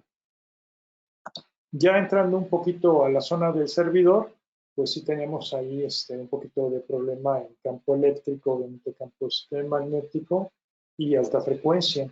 Entonces aquí en esta zona donde tienen aparte refrigeradoras, pues sí era importante generar un blindaje con pintura especial de apantallamiento para evitar que todo el flujo de radiación pues saliera dentro de a otros espacios, ¿no? Aquí viene lo importante, ¿no? ¿Qué pasa en las recámaras? Aquí es realmente donde tenemos que tener una consideración importante, porque es el lugar de descanso y es el lugar donde estamos más vulnerables. Entonces aquí realmente y la parte de los campos eléctricos y magnéticos se disparaban un poquito más en la zona cercana al servidor. Por aquí está el servidor, entonces sí alcanzaba a llegar un poquito a esta zona, pero con el blindaje se podía regular. Y un poquito en la zona 5, que está pegada a la ventana, donde posiblemente algún elemento externo, pues teníamos ahí los cables pasando muy cercanos, Y aquí nada más era pues cambiar este lugar, ¿no? Este sofá que tenían aquí, cambiarlo en alguna otra posición que no estuviera directo a la ventana. Y bueno, no teníamos más problemas en la recámara principal. No, bueno, las recomendaciones de manera general era no tener equipos conectados cerca de la cabecera, sobre todo en los periodos de descanso, ¿no? Para evitar tener lámparas de noche o alejar lo más posible de la cabecera los teléfonos o cualquier equipo que tengamos conectado, ¿no? En radiaciones de alta frecuencia, pues también estábamos en un rango poco alarmante, realmente no había problema, y sobre todo con la cuestión del vecino, ¿no? Acuérdense que teníamos aquí un espacio libre como de 1,5 metros entre casas y le ayudaba a generar un soporte bastante bueno. Ya en las recámaras consiguientes, pues miren, si se dan cuenta aquí la foto, aquí están todos los cargadores, ¿no? De los equipos. Y bueno, aquí por lo mismo, la recomendación de no tener equipos electrónicos, eléctricos conectados, porque están durmiendo aquí con la cabeza aquí y tienen el equipo, tienen la conexión aquí y están con el teléfono, con la tableta y demás, y pues se está generando una radiación importante, ¿sí? Y sobre todo en la parte de la cabeza, aquí lo pueden ver en el punto 1. Fuera de eso, pues estamos en un rango poco alarmante, a excepción de la zona 3, pero se dispersa ya en el ancho que tenemos entre la cama y el televisor. Ya no tenemos un impacto tan significativo. Y en la parte de radiación de alta frecuencia, pues también tenemos mayor impacto en la zona donde está la televisión, porque tenían aquí algunos equipos que no los tenían apagados, no los tenían funcionando y con wifi, no los tenían conectados por cable. Entonces realmente pues no teníamos muchos problemas. Y en esta recámara, que fue la recámara donde menos pensaban que hubiera problemas, fue donde tuvimos un problema, pero no al interior de la casa. En el interior de la casa, el campo eléctrico y el campo magnético estaba como poco alarmante. Obviamente la misma recomendación de no tener equipos conectados cerca de la cabecera, pero el problema que tuvimos fue precisamente en la parte de alta frecuencia, donde al percatarnos que aquí teníamos valores significativos, pues nos dimos cuenta que había una antena, no sé, no está tan cercana, telefonía celular, pero sí era visible. Y bueno, aquí pues sí era importante generar algún blindaje con una persona de aluminio o alguna película en los cristales, ¿no? El acristalamiento, para evitar precisamente esta recámara de un pequeñito. Entonces evitar precisamente que toda esta radiación que estaba expuesta por medio del cristal de la ventana, pues le diera al pequeño. Entonces realmente fue donde ni se lo imaginaba, ni a donde mayor radiación tenían, ni por el vecino, ni por el cableado que pasaba cerca de la vivienda, sino realmente donde mayor radiación tenían ya en la recámara y en la recámara de niño más pequeño, ¿no? Entonces, bueno, aquí nada más las consideraciones respecto a este tipo de estudios que siempre hacemos, pues es un poquito ver cómo se sienten las personas, ¿no? Hablábamos de personas electrosensibles y también hablábamos de que hay múltiples causas, ¿no? No solo es la radiación, sino hay otros contaminantes en el ambiente que pueden estar generando problemas. Entonces, cuando iniciamos este tipo de estudios, es que generamos una encuesta de ¿duerme usted bien? ¿No tiene problemas de insomnio? Jaquecas, que le vean los ojos, problemas de escurrimiento nasal. Entonces vamos viendo un poquito las diferentes estados de cómo se siente en la casa, si se siente bien, si hay alguna molestia, para ir viendo un poquito para dónde movernos, ¿no? Y ahora, con todo este movimiento al home office, de que ya estamos aquí con miles de equipos en la casa, pues imagínense un poquito el impacto que se tiene, ¿sí? Y bueno, yo era un poquito lo que les quería compartir, es parte de los trabajos que hago de manera habitual, y sí comentarles que cada vez hay más personas electrosensibles que que nos están llamando para hacer este tipo de mediciones, y que como es un factor multicausal, pues sí hay que atenderlo. Creo que con esto complementar un poquito aquí lo que nos compartió el ingeniero Salvador, y voy a dejar de compartir entonces, ahí está. Y bueno, si tienen alguna pregunta o algo, estoy a la orden. Muchas gracias. Oye, aquí lo del servidor, ¿qué es servidor? Es como el módem del internet, a ver, no entendí eso.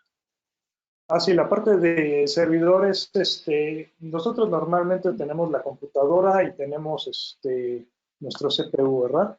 Pero ya cuando hablamos de una casa con otro tipo de sistemas, tienen no nada más un CPU, tienen diferentes CPUs para todo el control automático de la vivienda, y eso se le conoce como servidor a grandes rasgos. Ok, gracias.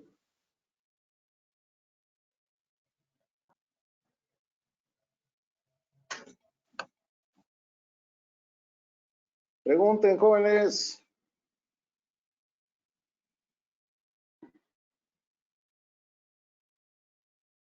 ¿Todo se entendió? ¿Todo no hubo mayor problema o no se entendió nada? Más bien, comenten algo.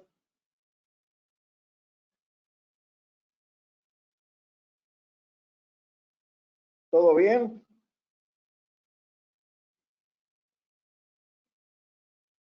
Por mi parte, todo bien, ingeniero, gracias. Ok, pues entonces, pues muchas gracias. Vamos a dar por terminado entonces la presentación. Si tienen más preguntas, pues más adelante las podemos contestar, ¿verdad? Aunque no sea aquí en el círculo de estudios. Voy a terminar la grabación para poder